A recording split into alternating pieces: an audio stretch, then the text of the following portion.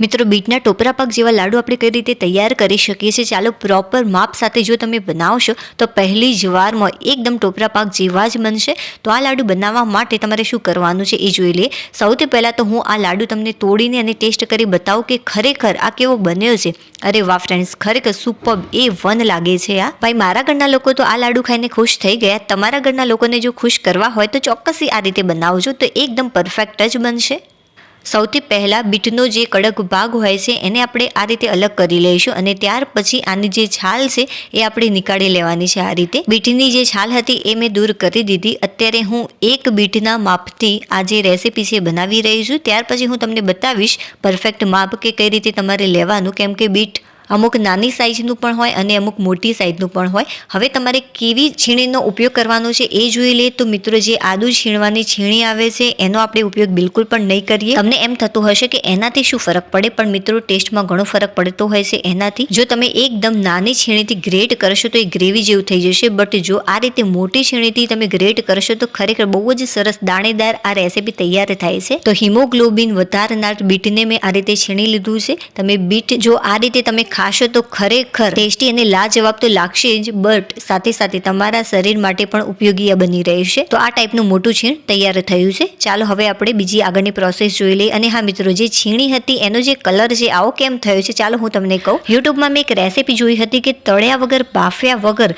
તમે બટાકાની વેફર કઈ રીતે તૈયાર કરી શકો છો। તો મેં ટ્રાય કર્યું, જેનું પરિણામ મને મળ્યું કે જે છીણી હતી એ જ દાજી ગઈ। તો મિત્રો ક્યારેય પણ આવા ખોટા જે વિડીયો આવતા હોય છે એવા ટ્રાય ન કરવા જોઈએ। મેં એટલા માટે કહ્યું કે મારાથી તો આ ભૂલ થઈ છે, બટ તમારાથી આવી ભૂલ ન થાય। સાથે સાથે હું તમને સાવચેત કરવા માંગુ છું કે આવા ખોટા વિડીયો પણ આવતા હોય છે। હવે આપણે એક કડાઈની અંદર 2 થી 3 નાની ચમચી જેટલું ઘી એડ કરીશું। ત્યાર પછી જે છીણ હતું એ ઉમેરીશું। તો જે આ છીણ છે મિત્રો એક નાની વાટકી જેટલું થયું। હવે આ જ માપથી આપણે બીજી પણ સામગ્રી આની અંદર ઉમેરીશું। જે શરૂઆતમાં ગેસની ફ્લેમ છે એ તમારે ફાસ્ટ રાખવાની। ફાસ્ટ ફ્લેમ ઉપર 1 થી 1.5 મિનિટ માટે સતત આને આ રીતે મિક્સ કરતા રહેવાનું। મિત્રો જેટલું આ બીટ જે છે એ ઘીમાં શેકાશે આ રીતે એટલો જ આનો ટેસ્ટ વધુ સારો લાગતો હોય છે। તો બસ આ રીતે આપણે 1 થી 1.5 મિનિટ માટે આને શેકીશું। આમ કરવાથી બીજો ફાયદો એ કે આની અંદર જે પણ મોઇશ્ચર હશે એ દૂર થઈ જશે।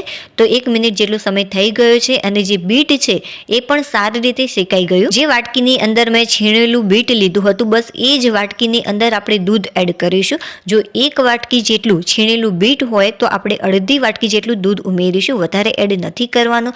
જો તમે દૂધ વધુ એડ કરી દેશો તો એને બાળવામાં પણ વધુ સમય લાગતો હોય છે, એટલા માટે જે દૂધ છે એ આપણે ઓછું જ એડ કરીશું। અડધી વાટકી આટલું ઇનફ છે। હવે આપણે જે ગેસની ફ્લેમ છે ફાસ્ટ કરી દઈશું અને સતત આને આ રીતે મિક્સ કરતા રહેવાનું। બીટના લાડુને વધુ હેલ્ધી બનાવવા માટે આપણે આની અંદર ખાંડનો ઉપયોગ નહીં કરીએ। અહીંયા મેં લીધો છે ગોળ। જે વાટકીની મદદથી આપણે બીટ અને દૂધ લીધું હતું બસ એ જ વાટકીનો અહીંયા મેં ઉપયોગ કર્યો છે। દૂધમાં એક ઉભરો આવી જાય ત્યાર પછી મિત્રો મેં આની અંદર ગોળ ઉમેર્યો, તો એ ઉમેરવાનો છે પા વાટકી જેટલું। જો 1 વાટકી જેટલું બીટનું છીણ હોય તો અડધી વાટકી જેટલું દૂધ અને પા વાટકી જેટલો ઝીણો સમારેલો ગોળ ઉમેરીશું। જે ગેસની ફ્લેમ છે હજુ મેં ફાસ્ટ જ રાખી છે, હવે આપણે ધીમી કરી દઈશું। તમે જોઈ શકો છો કે જે દૂધ છે એ બળી ગયું છે। હવે જે ગોળનું પાણી વળ્યું છે એ પણ બળી જશે। હવે આપણે શું કરવાનું છે, આની અંદર ટોપરાનું છીણ ઉમેરીશું। તો જે વાટકીની મદદથી બીટ, દૂધ અને ગોળ લીધો હતો બસ એ જ વાટકીની મદદથી આપણે ટોપરાનું છીણ ઉમેરીશું। તો 1 વાટકી કરતાં આપણે ઓછું ઉમેરવાનું છે અને અડધી વાટકી કરતાં થોડુંક વધારે ઉમેરીશું। ટોપરાનું છીણ મિત્રો મેં આની અંદર એટલા માટે વધુ ઉમેર્યું છે કે જે આનો ટેસ્ટ છે ખરેખર ટોપરા પાક જેવો જ લાગે, એટલા માટે ટોપરાનું છીણ એડ કર્યા પછી મેં જે ગેસની ફ્લેમ છે ધીમી જ રાખી છે। તમે જોઈ શકો છો કે ટોપરાનું છીણ એડ કરતાની સાથે જ આ ઘટ થઈ ગયું છે। હવે આપણે આને સતત આ રીતે મિક્સ કરતા રહેવાનું કે જેથી જે ટોપરું છે એ સારી રીતે શેકાઈ જાય અને બિલકુલ પણ કાચું ન લાગે અને સરસ મજાનો આનો ટેસ્ટ આવે ટોપરા પાક જેવો। ટોપરાનું છીણ એડ કર્યા પછી આપણે ધીમા તાપે 2 મિનિટ માટે સતત આને આ રીતે મિક્સ કરતા રહીશું કે જેથી સરસ મજાનું ટોપરું શેકાઈ જાય। હવે લાસ્ટમાં આપણે 1 થી 2 ચમચી જેટલું ફરીથી આની અંદર ઘી એડ કરીશું કે જેથી સરસ મજાની આના ઉપર એક શાઇન આવી જાય। હવે ફરીથી આને મિક્સ કરી લઈશું। અને હા મિત્રો, મારી આ રેસીપી તમને થોડીક પણ પસંદ આવી હોય તો પ્લીઝ વિડીયોને લાઇક કરી દેજો અને ચેનલ ઉપર નવા હોય તો ચેનલને સબસ્ક્રાઇબ ચોક્કસથી કરી દેજો। જુઓ ભાઈ, મારા સાસુ વિડીયો બનાવતા બનાવતા આ રીતે વચ્ચે પાણીનો ટપ લાવી દીધો। આ રીતે જો સાસુ વહુનો સંબંધ મસ્તીવાળો હોય તો ખરેખર દરેક વહુને રહેવાની ઘરમાં બહુ જ મજા પડી જાય। શું તમારા સાસુ તમારા જોડે આવી જ મસ્તી કરે છે ક્યારે? કોમેન્ટ કરીને ચોક્કસથી જણાવજો. ચાલો હવે આપણે મિત્રો એક ડીશ લઈશું. એ જ ડીશ છે કે જેની અંદર મેં બીટને છીણ્યું હતું. વધારે વાસણ થાય એ પણ મને પસંદ નથી, એટલા માટે હું તરત જ આ રીતે વોશ કરી દઉં અને આનો ઉપયોગ પણ કરી લઉં કે જેથી બપોરે મારે બહુ જ વધારે વાસણ ઘસવાના ન થાય. આ રીતે આપણે આને ફેલાવી લઈશું કે જેથી આ ઝડપથી ઠંડુ થઈ જાય. થોડુંક ઠંડુ થઈ જાય ત્યાર પછી તમારે આ રીતે થોડુંક ટોપરાનું છીણ સાઈડમાં રાખવાનું. હાથ ઉપર મેં થોડુંક ઘી લગાવી લીધું છે. જો ઘી વગર તમે કરશો તો પણ એ હાથમાં ચીપકશે નહીં. હાથ ઉપર મેં એટલા માટે ઘી લીધું છે કે થોડું ઘી હશે તો જે ટોપરાનું છીણ છે એ સરસ મજાનું આના ઉપર ચીપકી જશે.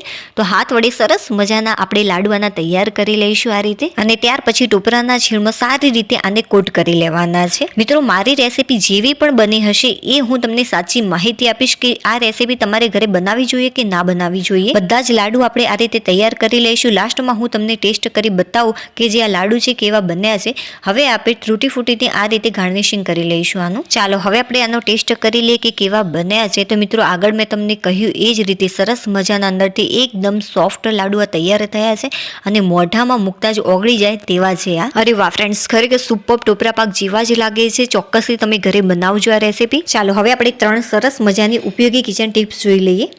જેટલા પણ લોકો મઠિયા ખાય છે કે ચોળાફળી ખાય છે એમના માટે બહુ જ ઉપયોગી કિચન ટિપ્સ જોઈ લઈએ. જ્યારે પણ તમે આ રીતે પેકેટ લાવો છો મઠિયા કે ચોળાફળીના ત્યારે તમારે શું કરવાનું, આને બહાર બિલકુલ પણ નહીં રાખવા, આને ફ્રીઝમાં મૂકી દેવા. આમ કરવાથી લાંબા સમય સુધી બગડશે નહીં. અથવા તમે આને તળીને પણ સ્ટોર કરી શકો છો, બટ બહાર નહીં રાખવાના. હા, તળીને પાછા ફ્રીઝમાં નથી મૂકવાના હો. ચાલો બીજી ટિપ્સ જોઈ લઈએ. આજે હું બનાવી રહી છું એ ખારી પૂરી છે, મતલબ કે ખારી બિસ્કિટ ખાતા હોઈએ એવી લાગે છે. આનો વિડીયો મેં ઓલરેડી મારી ચેનલ પર મૂકેલો છે, ચોક્કસથી જોજો. ખરેખર બહુ જ સરસ બની છે. જ્યારે રોટલી વણવાની ઈચ્છા ના હોય તો તમે આ ટિપ્સ ચોક્કસથી ફોલો કરી શકો છો. તમારે શું કરવાનું, ઘઉંના લોટનું આ ટાઈપનું ખીરું તૈયાર કરી લેવાનું. સ્વાદ અનુસાર મીઠું અને થોડું તેલ અને પાણી એડ કરી અને આ ટાઈપનું આપણે બેટર તૈયાર કરી લઈશું. ત્યાર પછી શરૂઆતમાં આપણે થોડુંક તેલ લગાવીશું અને આ રીતે કપડાની મદદથી સાફ કરીને સરસ મજાની રોટલી તૈયાર કરી લઈશું બંને સાઈડથી. અને આ રીતે શેકી લેવાની છે. તમે જોઈ શકો છો કે સરસ મજાની સોફ્ટ એવી રોટલી તૈયાર થઈ ગઈ. તોડીને હું તમને બતાવું કે કેવી બની છે. જુઓ, વિડીયો પસંદ આવે તો લાઈક